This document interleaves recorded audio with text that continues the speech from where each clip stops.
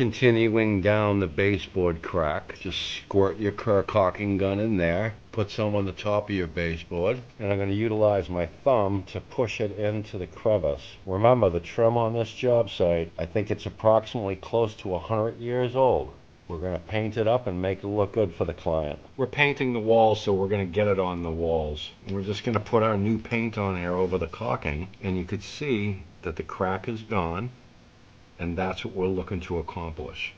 That is what caulking is used for. They're going to be replacing the carpet in this job, but we go right next to it really close, freehand. We don't get anything on the carpet. And then we're going to do the top of the base. We're going to hit the wall because we are painting the walls. And this is the way we're going to do it. I'm just going to come down here and put some paint on there. Look how good that baseboard looks now. That crack is totally gone. And that is what caulking is used for. All right, so we're going to finish the rest of the top of the baseboard. We're just going to cut it in right against the wall, just like that. Get a little more paint on your brush. You're just going to want to start high when you go next to the carpet. Start high, then work your way down lower and just draw a straight line. Stay a millimeter away. Let the bristles do the work. There you go. There you go. Look at that. Feather over your work. And we're just going to go finish the base. You're going to put the paint on, start high, work your way down lower, and draw a straight line. Simple. 1, 2, 3. The carpets are being removed later, and then we'll do some touch up. There you go.